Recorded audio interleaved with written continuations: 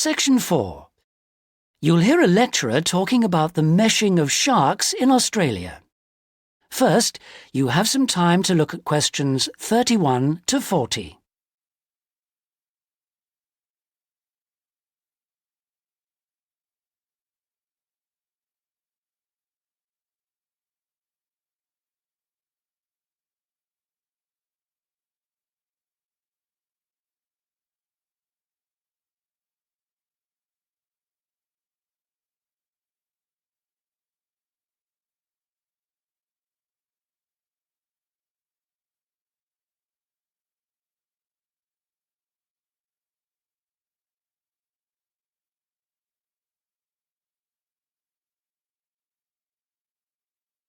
Now listen carefully and answer questions 31 to 40. Today we're going to look at one of my favourite fish, the shark. As you know, sharks have a reputation for being very dangerous creatures, capable of injuring or killing humans. And I'd like to talk about sharks in Australia.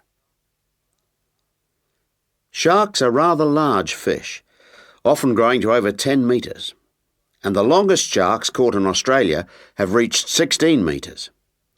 Sharks vary in weight with size and breed, of course, but the heaviest shark caught in Australia was a white pointer. That weighed 795 kilograms. Quite a size. Sharks have a different structure to most fish. Instead of a skeleton made of bone, they have a tough, elastic skeleton of cartilage. Unlike bone, this firm, pliable material is rather like your nose and allows the shark to bend easily as it swims. The shark's skin isn't covered with scales like other fish.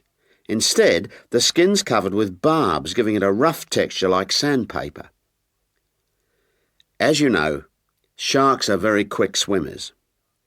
This is made possible by their fins, one set at the side and another set underneath the body, and the tail also helps the shark move forward quickly. Unlike other fish, sharks have to keep swimming if they want to stay at a particular depth, and they rarely swim at the surface. Mostly they swim at the bottom of the ocean, scavenging and picking up food that's lying on the ocean floor.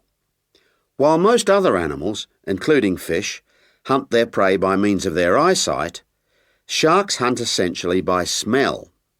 They have a very acute sense of smell and can sense the presence of food long before they can see it.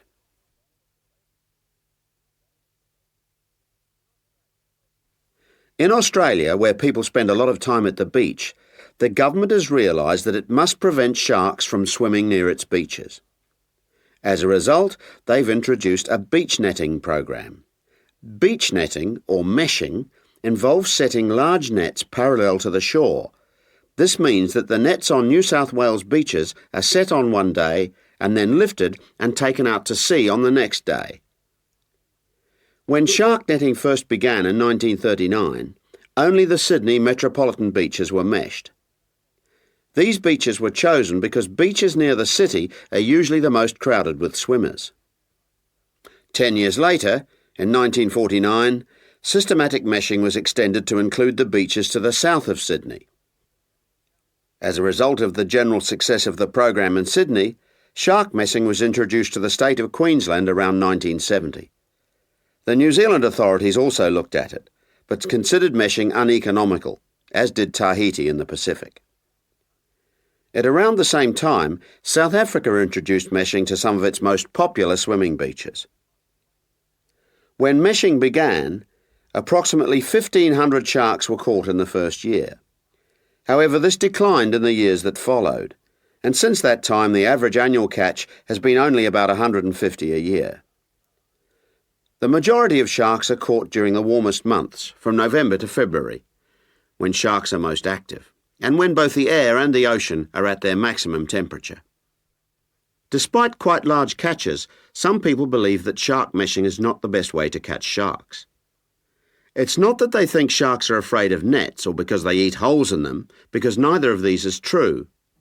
But meshing does appear to be less effective than some other methods, especially when there are big seas with high rolling waves and strong currents, and anything that lets the sand move. The sand that's holding the nets down. When this moves, the nets will also become less effective. That is the end of section 4.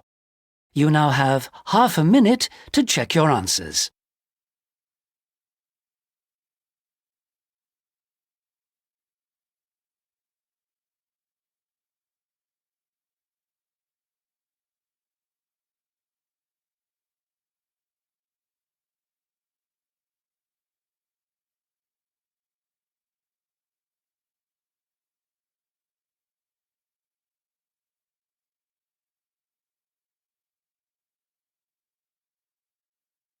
That is the end of the listening test.